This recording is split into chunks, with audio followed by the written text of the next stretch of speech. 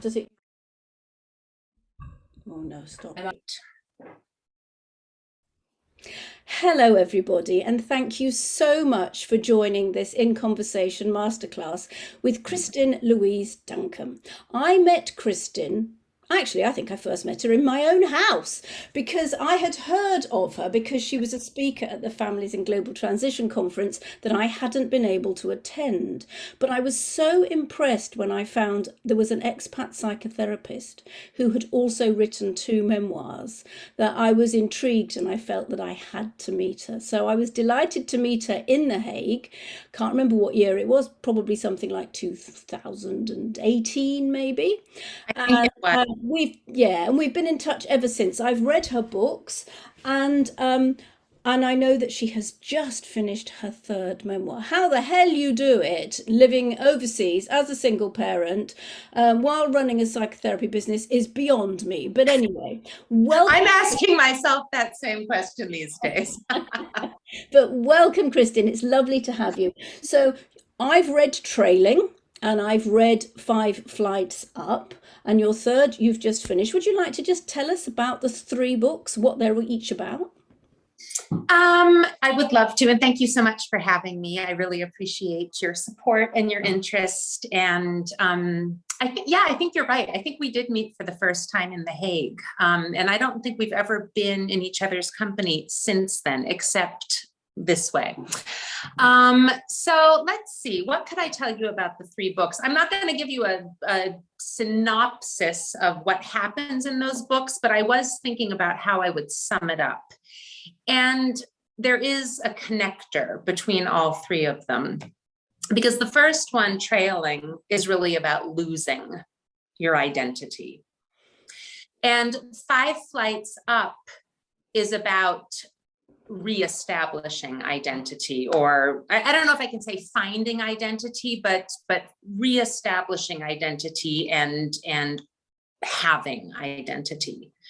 And the 3rd book, which, yes, I did just finish it and I'm very excited about it. That book is, amongst other things, that book is really about changing identity. Because that book is really, I think, going to define this 2nd chapter of my life. And by 2nd chapter, I mean, in my 50s, left my marriage a few years ago in 2016. So I'm already, several years into being single.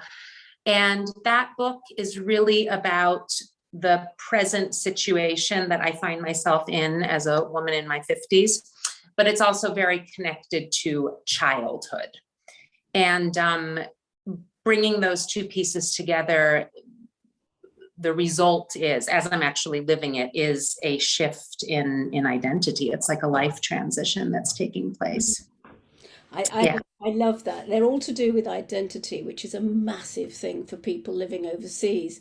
But it's actually, I think, a massive thing for people as they go through different stages in their life. We are constantly having to shift our identity, even if it's our children leaving home, we go from being a mother with kids at home to a mother without kids at home. Yeah, I'm dreading the moment. One of mine is already out of the home, and when the other one goes, I know I'm going to be sad. Yeah. So we have all these different identities, and often when we find we're not who we thought we were a wife and now we're not, or we were a business person and now we're not. So I think it's absolutely fascinating, and I really do recommend your books. And I'm not just saying that because you're here. It's really difficult to write a memoir, and I think you've done a cracking job. And each one you've taken a different portion of your life, which I think is a really healthy way to look at writing memoir. We don't have to look at from birth to now and think that has to be the memoir. I think we can have lots of mini story arcs, perhaps over a 1-year period, 2-year period, 10-year period. We could write several memoirs, and actually a lot of people do just that. And it is quite savvy, isn't it? Because then you can write 3 books instead of 1. Or even, 5, 6, 7, because I think what you're saying, it's really true. Memoir isn't like, this is the story of my life. Memoir is this particular thing happened in my life and I want to tell you about it. Yeah. Yes. Yeah. Particular thing. It's something that happened. So you are a licensed psychotherapist. How do you think that your work has influenced your writing? Um, in so many ways. But I would say probably the most important one, and this will certainly tie into what, our talk today is meant to be about, at least in part. I just know from the hours I spend with people, every day, every week, and I have been doing so for the last 20 plus years, that everyone has a difficult story. Like there's no story that's somehow too horrible to tell or too off limits, or you're just too weird and horrible, because you're definitely not the only one. And I think that that's probably the biggest influence that my work has had on my writing, because I just know, I have no doubt about this ever, that there will be an audience for the things that I want to write about, because I know other people are going through those things. Yeah, a book needs to resonate. It needs to resonate Yes. with the reader, and you have to be writing about something that will resonate. Yeah. And I mean, because you're hearing people talk about those issues. So Hmm. that's quite a privilege in a way. that Yes. you know, It's a big that you privilege. know, Yeah. you know. So Yeah. that's great. I suppose also it gives you some objectivity because you know that you went through whatever it is you went through, but you know Hmm. from your clients that plenty of other people go through it too, and they might have handled it in another way. So maybe that gives you some more distance on your own story, do you think? I don't think it gives me distance on my story, but I think whether in writing or whether in, professional life as a therapist and being so intimately connected with other people, I'm just aware that there can be one story that plays out in, 100 different ways, because no one lives their story the exact same way that someone else does. So I think for me, it just expands this idea of relatability, Mm. that, ultimately, if you're willing to open up, whether in conversation, whether in writing, you are going to find connecting points with other people. I think that's very interesting what you've just said, that people will live the same story 100 different ways, because Mm, sometimes with my clients they might say, well, why do I want to write a book about, I don't know, let's say finding a career overseas or getting divorced overseas? It's been done. And I always say, well, actually it hasn't been done by you with your experiences. yeah, that's a great response, actually. Yeah, Yeah. yeah. Yeah, interesting. Um, you have no fear of being honest, authentic, and vulnerable. How important do you think that is for a memoirist? Well, in all honesty, I think it's probably the most important thing, because, well, I mean, I think there's two things, and I might have said this to you before. The thing that's, because I know that people usually, what they say when they read my books, they're like, "Wow, I can't believe you were able to reveal all of that." Because of course, some of the things I've revealed are quite unflattering about myself. Um, the thing about it, though, is that it's, as I was saying before, I mean, everyone's got a story. And I find, and this is the part that I think I've said to you before, I mean, the things that are in my books, that's not the whole story. There are certain things that maybe I don't want to, admit exactly that much, or, maybe it went a little bit too far here. But the parts that I'm willing to talk about, I feel that, yeah, I'm just willing to let people know me that way. I think that I find comfort. I find it liberating, actually, to not hide things. I mean, some of the things that I write about in my books, if you just met me on the street, you wouldn't think, oh, that woman, this happened to her, or oh, that woman, that happened to her. Whether from the trauma, from the violent crime that we went through, to the breakdown in marriage, from infidelity to just, not being able to get along because of cultural differences, to things about substance abuse. I don't think you'd ever know that about me in the first moment that you meet me. But if we get to know each other, those things will come out. And I find a certain type of safety in being able to say it first, like, hey, you know what? I was actually pretty crazy at a certain time in my life. So it's not like you're going to uncover that about me. I'm just going to tell you. And actually, now as I say that, that's probably the link back to the therapy practice as well, because what do people come to therapy for?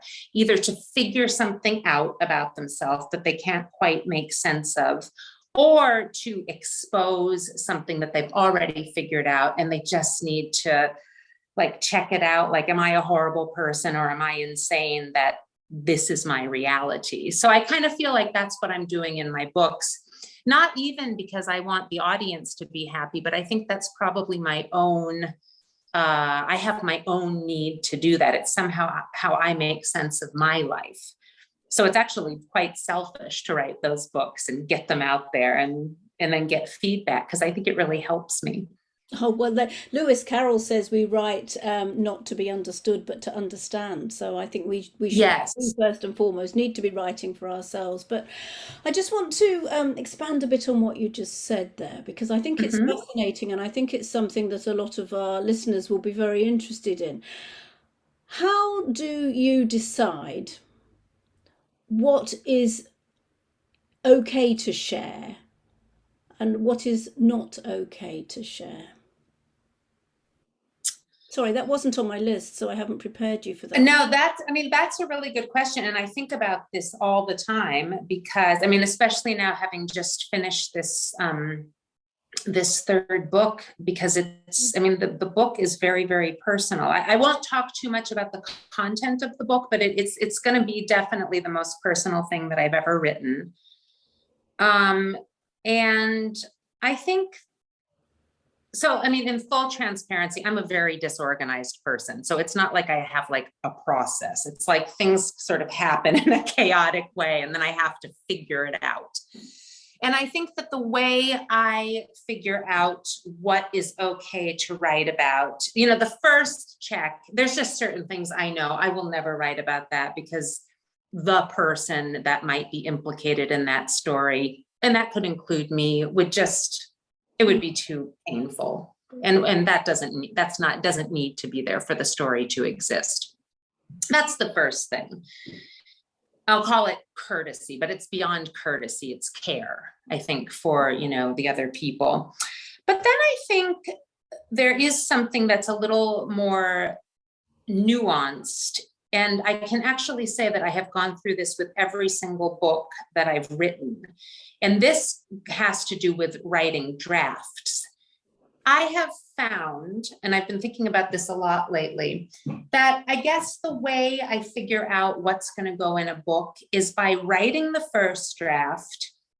And, as Anne Lamott talks about, the shitty first draft. So I get that shitty first draft down, and then, there's the shitty second draft.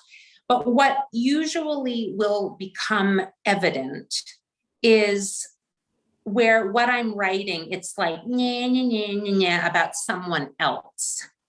And that's when I'm like, oh my God, if you're going to release this book out into the world, you need to get really honest about what your part is in this, because you can't just drone on about someone else. And that's the connection between writing and therapy again, because, when clients come into work, whether in couples or whether alone, people love to complain about other people. And I always have to take it back and say, okay, what's your part in this? Like, you're telling me this story about what a jerk your partner is. I believe you, but what's your part in it?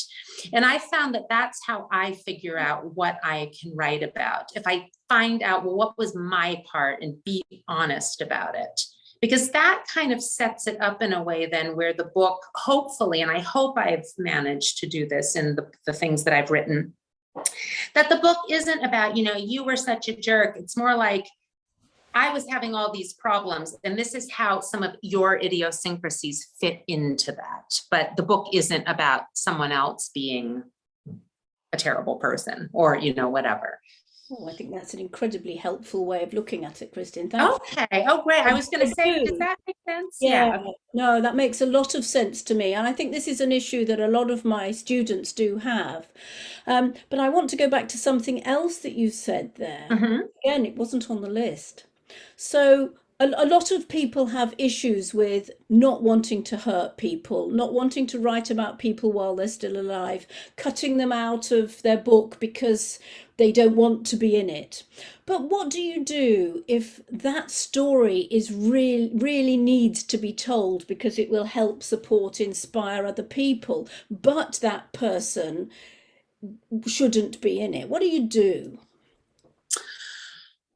Well, I think there's a couple of ways to answer Mm, that. So probably just like the technical, practical one is, well, then you can disguise who it is. Because, when you write a memoir, you do disguise people, at least some people. You can create composites, you can, make them live in a different city or have, be bald when they actually have long hair, whatever it is, you can hide them.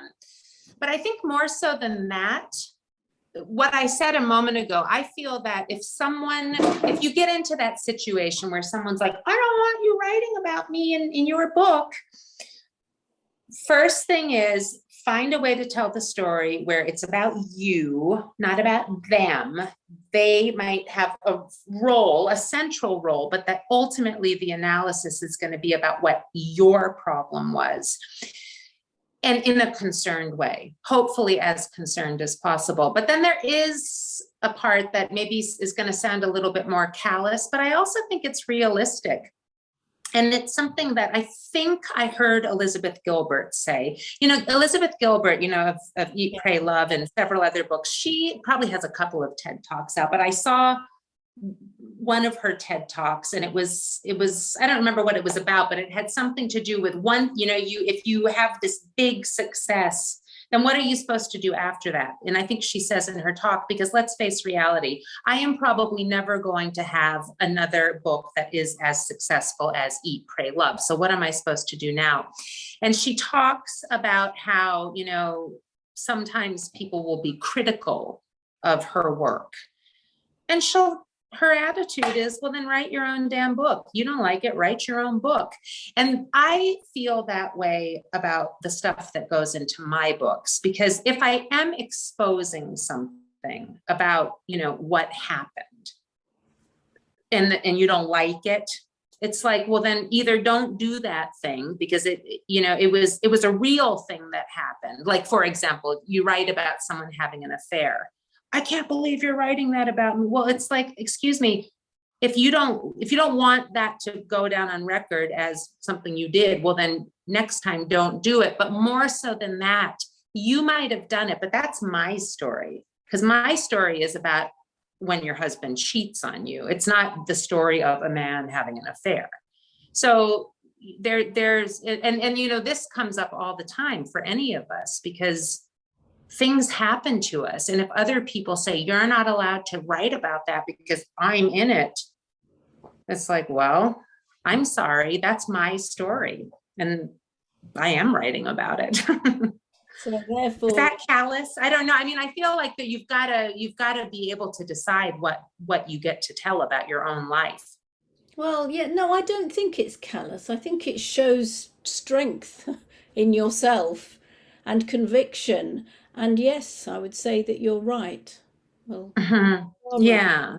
I do think a lot of people get very hung up on not offending other people. But as you say, if the story deserves to be there and it's about you, then if there's a real issue with that person, make them a composite character, absolutely, and disguise Mhm.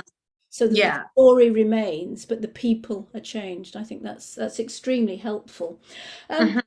do you fear being judged or criticised for this honesty and inclusiveness? Um, no, I guess I don't, because if I did, I probably wouldn't do it. Like, I fear skiing, therefore I don't do it. I fear flying, but I do it anyways, but I do it as little as possible. So No, I think that if I really was afraid, I wouldn't do it. I don't love being judged, but I know it's going to happen. I mean, some people have said really horrible, mean things about me. Like if you look at reviews on Amazon, fortunately, there's not too many of them, but some of the reviews for my books on Amazon are like, this is the most selfish, narcissistic, self-centered, horrible woman. One person even, well, anyways, you can go and read the reviews. That doesn't feel good, but what am I going to do? I mean, you can't apologize for who you are. No. Yeah. A very healthy attitude, I'd say. But so, how do you get into the right headspace to be authentic, honest, vulnerable? See, now that's a very difficult question. And I'm going to answer it really honestly, but I hope it doesn't sound pompous because I really don't mean it this way. But it's kind of like how you breathe. It's like, that's just how I am. It's like, I just think that way. So I think from the question might be, then I could answer it maybe in a more helpful way if the question was, when do you decide to expose those things? Because see, I find myself when there's a story that needs to be told in my life, it comes to me. Then I start thinking about it. I mean, I've realized this about myself in recent history because, I kind of had some writer's block a couple of years ago. And you'll find this interesting. I had even made a New Year's resolution. Every December 31st with my kids, we open up our box of resolutions from the year before and see, hey, because that we don't look at all year. And then we remember, how did I do? Oh, wow, that's what I was going to do. And then it's like, oh, yay, I did it. And I did even more. Oh my God, I totally forgot about that. But I had made a resolution that was literally something like, forgive yourself for never writing another book ever again. Stop beating yourself up about that. Because there was a book that I had been thinking of, but I just, for whatever reason, I couldn't write. And it was the most amazing thing when I opened that New Year's resolution. It was Christmas 2020. And realized, oh my gosh, it was in writing that resolution that the block cleared, because right after I declared that, I sat down and I wrote the book, the first draft, it's a weird thing. And so that's why I was going to say, I've sort of realized something about myself that maybe I didn't know after the first two, but now with this third book underway, I see, oh yeah, that's your process. That's what happens to you. You think about something and you think about it in those deeply personal terms because it's totally internal. And, we all know inside of ourselves what has happened, what we feel bad about, what hurts, what we're worried about, whatever. And I think for me, it's not getting into that headspace. It's that I'm in that headspace. And then at a certain moment, it gets transmitted. And when that happens, I actually don't know. I think it's probably something about the stars aligning or something, or being, I don't know. We were joking earlier about senility. I was saying, I feel like I'm going senile. And what I've also discovered about myself in recent history related to this process, I hope I'm not meandering too much, is how now that I'm older, I just can't do everything. I find myself, this book, I wrote it really quickly, and I basically had to clear everything else away in the 18 months that it's taken me to write the book, because obviously I have to work. So I've continued working, and obviously I am very connected to my children, but I basically canceled most plans so that I would have the time to write, because the story was there. It was time to transmit it, and I don't have any time. So the thing that had to go was exercise and social life.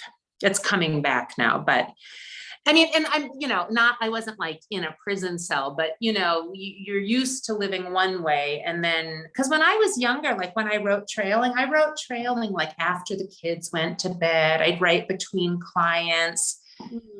I can't do that any longer. I need space. A good friend of mine, her name is Meg Borton. She's actually a writer as well. She's got several interesting books out. She calls it dream space. And I think it's that if you don't have dream space, there's no way to get it from here onto the page. Mm.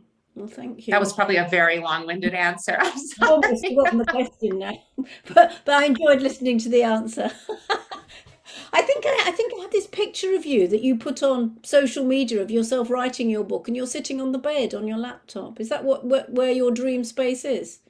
Well, you know what? Actually, that is where it turned out to be. That book was really written in my bed, and that has not been the case for the other book writing experiences, and it hasn't only been written there. But I did find that.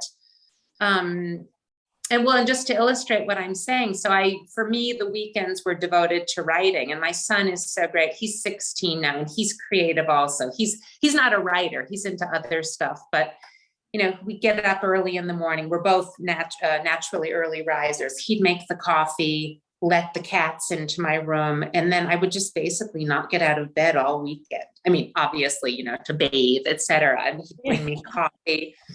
And that's where I got a lot of writing done, sitting in bed. Well, that's actually not dissimilar to me. Whenever I'm writing a book, I tell myself I'm going to start it on a Monday, and I'm not going to get dressed until I've written that chapter, the shitty first draft of that chapter. And the latest, I know lots of people have heard this story, but the latest I have got dressed is 5 o'clock in the evening. So that means I can't go out. I can't be distracted because I am in my pajamas. Yeah. Well, and also, as we know, sometimes writing is painful. It's like, oh, I hate this, and I hate what I sound so dumb and all of that. But we also know that when you're in it, even if you hate what you're doing, it's like you can't tear yourself away. Mm-hmm. Like, at least that's what happens to me. It's like, I like when someone then will write and go, hey, you want to go out for dinner? And I'm like making excuses, because that's an interesting revelation. I feel like ashamed. I feel like I'm not allowed to say, no, I don't want to go because I'm writing my book. And so I come up with some other excuse, like my cat is sick or something. But it's that thing, not wanting to separate from the manuscript. I find that obsessional way of functioning helpful and also exhausting. Yeah, me too. I know what you mean. You didn't answer. I remember what my question was, you didn't answer it how I expected you to answer it. So I'm going to tell you how I thought you were going to answer it, so that you can tell me whether you do this too. I asked you how you got in the right headspace to be able to do this. And I was expecting you were going to say that you sat cross-legged and you got into a meditative state and you went back to the moment in your head so that you could see it, feel it, taste it, hear the voices, and then you would be able to write it. So I thought you'd go and get into a place where you could feel the feels and then start writing. Do you do that?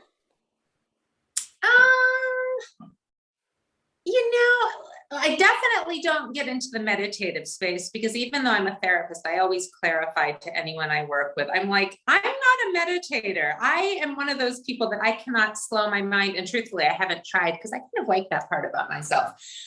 So it's not, no, I can't say that I do that, but what I can say is that the story is always close to the surface. So I'm thinking about it all the time. And maybe actually something that corresponds to what you just said, it's probably a variation on the same thing, is I think I get into that space by reading. And I read in bed every single night. Not as a discipline, it's just because that's what makes me happy. And I tend to only read things that really inspire me. And what will happen is I read what someone else has written about something, I don't know what, and I like the way they say it, or I like that word, or the way that story is being told. And usually what happens is that I'll write myself a note in my phone to somehow like take that, the way that they did that, and think about, how does that make me think about the story I'm telling. And so that's probably where that getting in touch comes from. Okay, thank you. Thank you for that. Yeah. So what was I going to ask you? What do you have any tips for anyone else who's trying to write about what I call the tough stuff?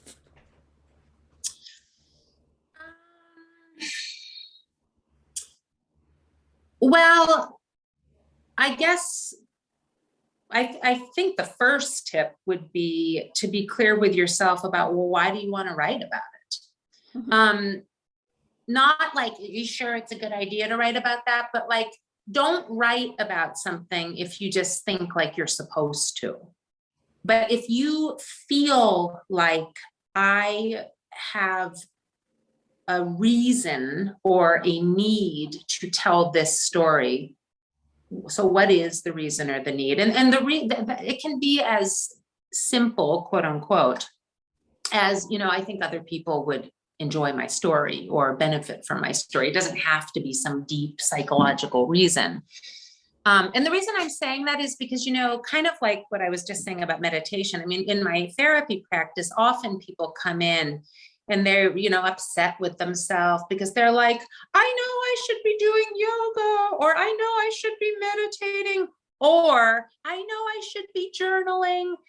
And I always say to people, I'm like, why should you be journaling? If that doesn't come to you as the thing that helps you make sense of your own life, don't do it. Like, I don't believe in doing things just because you think you should. So that's one thing. Know, like, why are you telling this story? What does it mean to you? And then I think the other tip is just, well, if you're going to tell it, then tell the real story. Because the reality is that if you don't tell the real story, then your efforts are probably, I don't want to say a waste of time. That wouldn't be fair, but it's easier to excise things from a story than to then try to like make a story truthful when you've told an untrue story. So I would say just write it all down. And then if you feel like it's too much, you can start clipping things out, or, I completely agree with you. Completely yeah, and utterly. yeah, Write it. yeah, Write the truth and change it later, but don't try and change it as you're writing it the first time. That shitty first draft is your opportunity to just get it down, yeah, and be real, and use yeah, I always say to people, use all the right names and all the truth. yes, Change it later, because if you don't, you might not quite hit the same mark. So yeah, yeah, thank yeah. you. I'm glad you agree with me. That's very nice. I do. My next question for you is to do with what I call spice. When I teach people to write memoir, I tell them that they should use SPICE, which is specifics, place, incident, character, and emotion. So, Mm-hmm. with a view to expressing the emotion and really conveying the truth of this tough stuff, Mm-hmm. are there any elements of spice that you find are particularly helpful? I mean, I would imagine that you would probably say emotion of those, so specifics, which are the details, place, which is where things happened, the setting, incident, the occurrence, the character, the people themselves and how they look and move and speak, and the emotion. Which elements of those do you find most helpful for conveying that truth? Well, I'm going to start by telling you the one that I think I'm the least good at, and that is place. You know how some writers, you just feel the texture of the place. I feel like I'm not very good at that. I'm not hopeless, but that doesn't come naturally. So definitely emotion. That one is just there immediately. What was it? Incident? Like the thing that happened? Yes, the so that's describing the chain of events, if you like. Yeah, that one. So definitely emotion, definitely incident.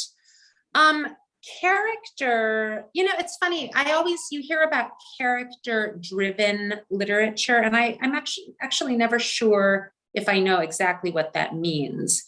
But I think I think character is important. If character is like letting the reader understand the person, like what their emotion is about, person in context. So like that incident, whatever it is, like how does the person fit into what's happening? If that's somehow character driven, then I would also include character. Yes, it's to do with the motivations of the person so that they are plausible, so that so that you can relate to them and you can, Okay. it makes sense what they do. And if you don't, if you have a very one-dimensional person and they Hmm. do something, it might leave you with a bit of a meh feeling, why? But Yeah. if you Yeah. know what somebody's like and you can perhaps anticipate it, get inside the heads of the characters, it can really help. Hmm. It also helps you to care about you, the protagonist, but also understand why. I mean, you've got, if you don't paint your evil ex-husband in a way that makes the reader realize why you fell in love with him in the first place, Yes. they're going By to the way, think everyone, he's you're an not idiot. evil. He's not I evil. I don't hope. mean your husband. I mean he's a Well, generic, when we are not, when generic I'm the one that's making person. the references, but I know what you mean. Yes. Yeah. So we have to understand the people in several dimensions, otherwise it's just not going to make sense. So Yes.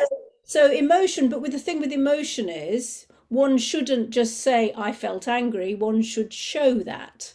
Yes. You show them doing something, so that might be the incident, in order Hmm. to be able to see that happening so that again whatever it is they do resonates. So Yes. is that something that you consciously employ as well? Yeah, and you see how I keep hesitating because I mean, basically, the way these questions are challenging me is that they're asking me to determine whether I'm doing things with intention. And I feel like I'm doing things kind of automatically, but I suppose at a deeper level that is intentional. I think I'm not thinking, like when I sit down to write something, I'm not thinking now this is really the thing I'm going to try to focus on. I'm going to really try to convey anger. I'm really going to try to convey place. I usually just write it. And then actually, so this conversation is helping me think about my own process, because it's true that when you go back and beautify, once you've got a solid enough draft, that's when you see like, oh, like I know when I think of that story, I know the person was, let's use anger. I know the person was really angry there, but when you read that, you don't really get it. So maybe that happens in like the later draft if it hasn't happened spontaneously. Yeah, yes, it certainly can, and that is completely fine. I think probably one of my earlier questions I was going to ask and I didn't, but I Mhm. will say talk about it now. Is do you think you're a natural? Do you think that you're a writer first and foremost, or a psychotherapist first and foremost? Hmm. Now that is a very good question. I mean, can they just be like even Steven? Do they like, because I mean, yeah, I don't know. I mean, the thing is, I know that I wanted to be a writer before I ever even knew what psychotherapy was, because when I was little, I used to dream about writing books and did write some, books with my friends, like that thread has always been there. And it is true that one of the things that I've been thinking about a lot, I've already made some allusions to this, but I'm tired. I mean, I know all of us, the pandemic, it's just been exhausting. As a therapist, the pandemic, I'm not the only one. It's just been like sometimes like crushingly exhausting because everyone's suffering. And I have just really realized that I can't do it all anymore. Now, I cannot imagine giving up my therapy practice. I wouldn't. But what's happening to me, this does go back to your question, is that I'm realizing that if I keep working as much as I work, I'm not going to be able to write as much as I would like to write, because this was a real intense process these last 18 months of sitting in my bed every weekend with the cats and writing. I wouldn't do that. I can't do that going forward. Like, that's not how my life can be as I get, as I get older and older. I can't have no social life and stop exercising just because I want to write a book. So I'm thinking that I'm going to actually have to change up things and work less and write more. So I don't know. Ask me that in a year. Let's see. No, let's tell me what your New Year's resolution is for next year. Tell us, and then we'll all meet you again in a year's time and find out if you did it. Yes. No, it's interesting because I think possibly you are just a natural writer, and if you read a lot, it will help you to be a more natural writer. And that's probably why some of my questions were perhaps a bit confronting, because you haven't thought about it, because you do it naturally. And that's so absolutely fine. And maybe some of us shouldn't try so hard. We should just write what's in our heart, get it out, and then go back and try and have some distance and try and read our books as if we are a reader. And then pad them out if required. And that is a reason for writing a book fairly slowly, so that we write that shitty first. I'm a believer that you should write the shitty first draft from beginning to end, and only then go back to the beginning, because by then you should have had several months distance on what you wrote in the first chapter, and you can read it with fresh eyes. Whereas if you just stick on chapter 1 and polish and polish and polish and polish, you'll never get the distance that you need. Yeah, that is true. Although, it's interesting with this latest book. It's funny. I couldn't write the end because I didn't know what the end was, but it's in writing the book that I figured out what the end is. So the end has only been written very recently. Yeah. So, because I would agree with what you said, except that it doesn't always work. Yeah. Well, I think we often don't know the ending. Sometimes we have to get to a point and then wait for the ending to happen, and then we can the end. Yeah. So sometimes it's like that. It's like that. Okay, now what's my next question? I think you've answered this one, so I shall cross that one out. I just want to ask anyway, what's the title of your third one? So the title of the new book, and of course this could change, but it would only change if I land a publisher and they're like, no, that can't be the title of the book. Then I would be willing to negotiate. But the title, according to me, it's called Of Love and Country. Oh, I like that.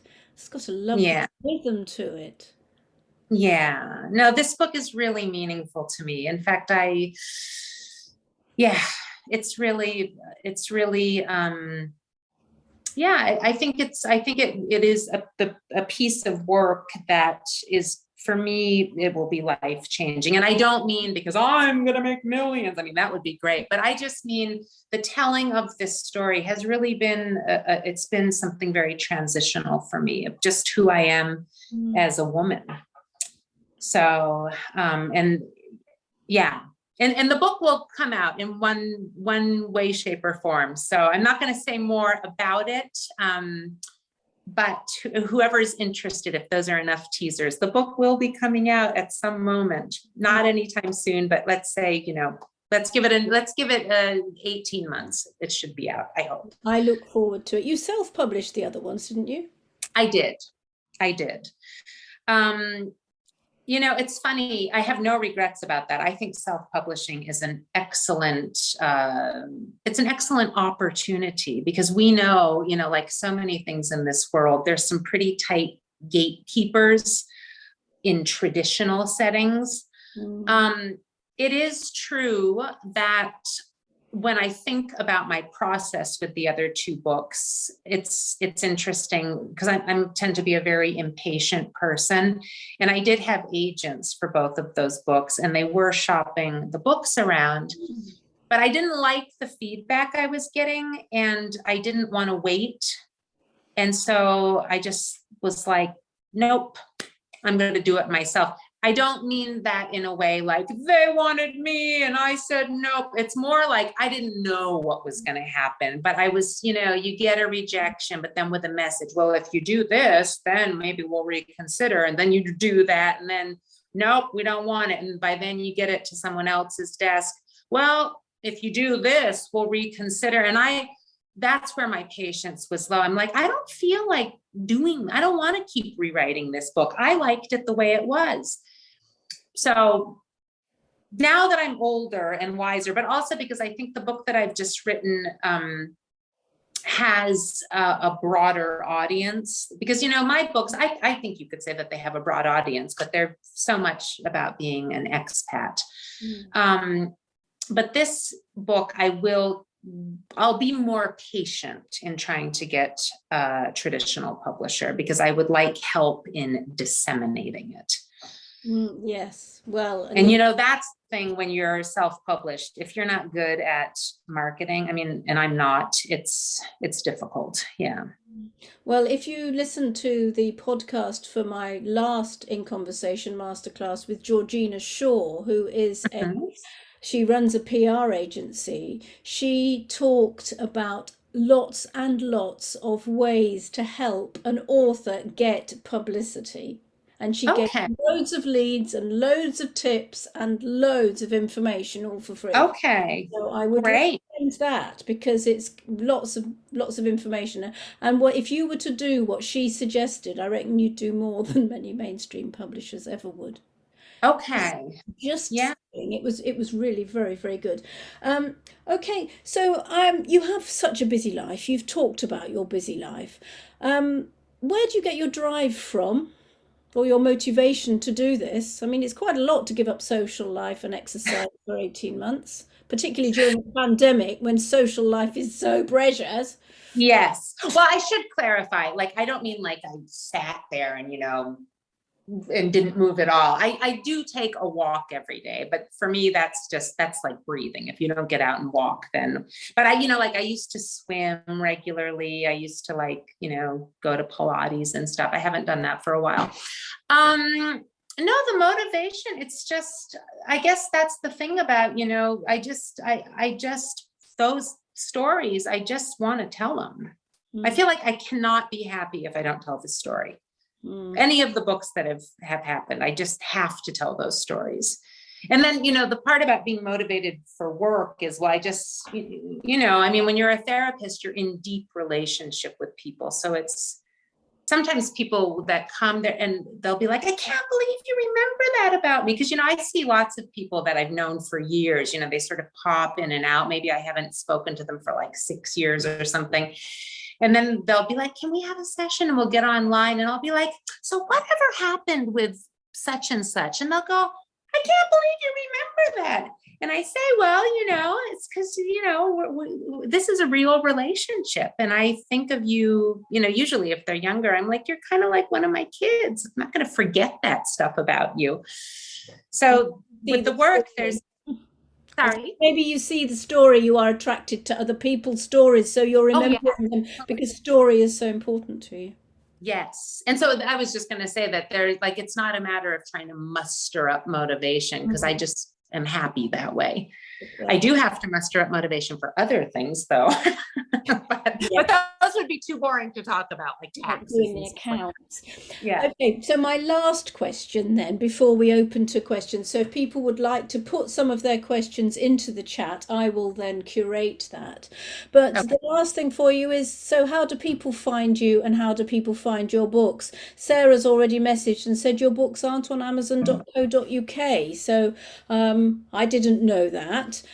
So how do people find you, and how do you think people find your books? Well, whoever said that, now I'm having a little panic attack, because they should be. If they're not on amazon.uk, then something, I don't know, I probably clicked a wrong button or something, because any of the Amazons have my books, even Amazon France, Germany, Australia, Japan. And then also, I don't really know how it works in this day and age, but if you go onto the book depository, you can find the books. I think you can get them anywhere that you can order books from. I think there's very few, I mean, not I think, I know there are very few brick and mortar bookshops that if you walk in, you're going to see my book. I think there's 2, and they probably don't even have copies anymore. But, you know, that was like one in the town my sister lives in because they wanted to support me, and then here in Geneva. But yeah, I mean, online, you can just find them. What about you and a website? Do you have a website for yourself, writer, or what's that? No, actually, my website it's just my professional website, but it also has the books on them. It's just my name, KristinDuncombe.com. Just so I'll just put that in the chat for everybody. So you might not be spelling Kristin right, and you might not be spelling Duncombe right. Kristin Duncombe. And also my author name is Kristin Louise Duncombe. And I don't know if that makes a difference, but you know, Louise was my grandmother's name, my father's mother. And when I wrote Trailing, you know how you have to like figure everything out. And I couldn't, I thought I'm going to be Kristin Louise Duncombe. And then when I designed the cover, having the Louise there, you know, it made it longer. So I was like, oh, okay, I'm not going to be Kristin Louise Duncombe, especially because I already had a website and it was just Kristin Duncombe. But then my father, who died in August, so this is all very, it's hard to talk about, but he said, oh, I hope, sorry. Yeah. He said, I hope you'll keep the name Louise. Sorry, it's close to the surface. I'm in that stage where at any moment the tears come. Sorry, everyone. I know no one's upset that I'm crying, but it's one of those things. It's hard. No,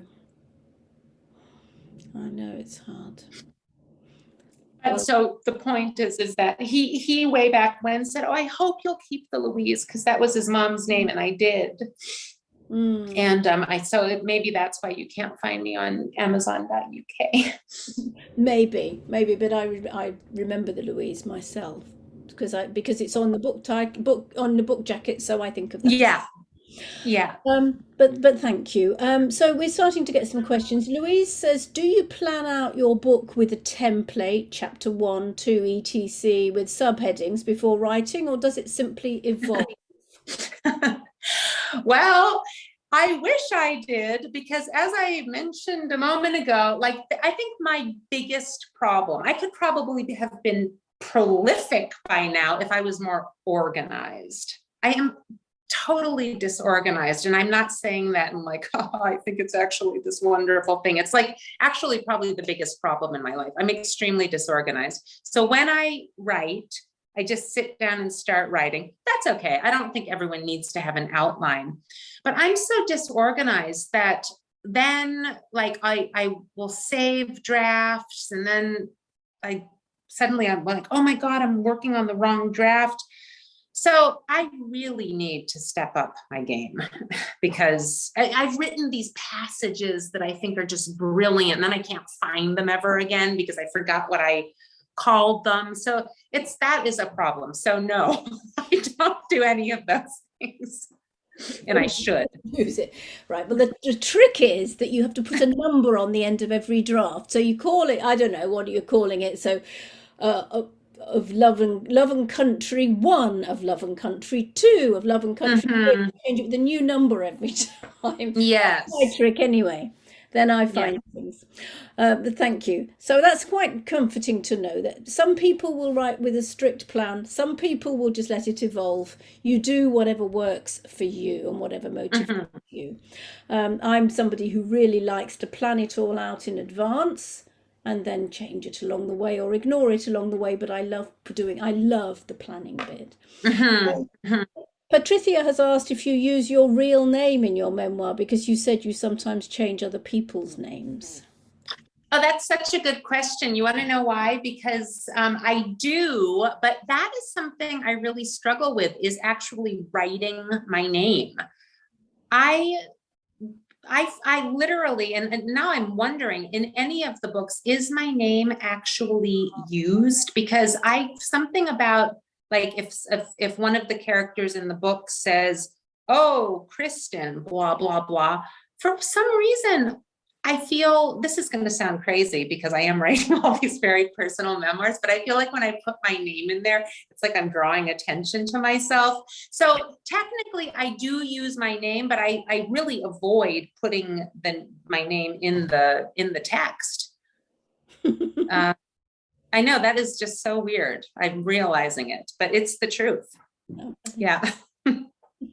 Well, thank you very much for that. Now, a lot of these messages we were getting in were all to do with finding your book online, so everybody's being very helpful, but that is actually the last of the questions. Does anybody have another question they'd like to ask of Kristin? And while you perhaps think about it and perhaps write another one, I'm going to ask Kristin another one.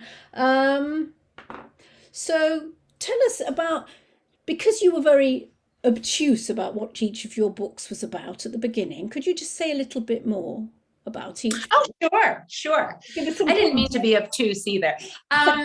So trailing is about becoming a trailing spouse against my own desires. Not that anyone forced me. That had to do with my own psychological condition of having come from a trailing family, because my dad was in the Foreign Service. So, I spent my childhood with my sisters and my mom following him around.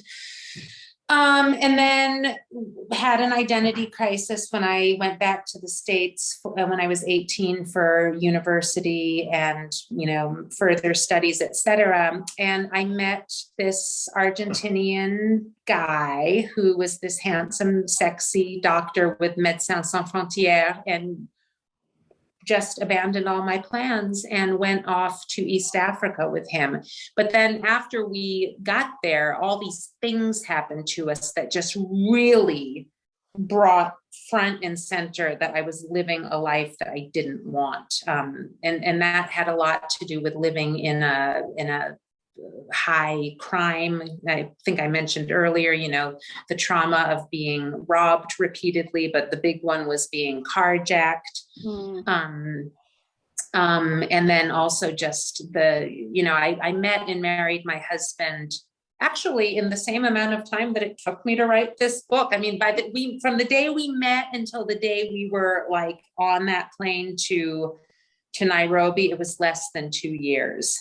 And that was just way too quick. And, that's what happened. But I would recommend to anyone else that's thinking of getting married, make sure you know who you're marrying. And that's not to demonize my husband. And I know you weren't saying he's evil, but just for the record, he's not evil. Because my books could make it seem otherwise. I hope I don't present him as evil in my books, but I do talk about things like, when your husband cheats on you and stuff like that.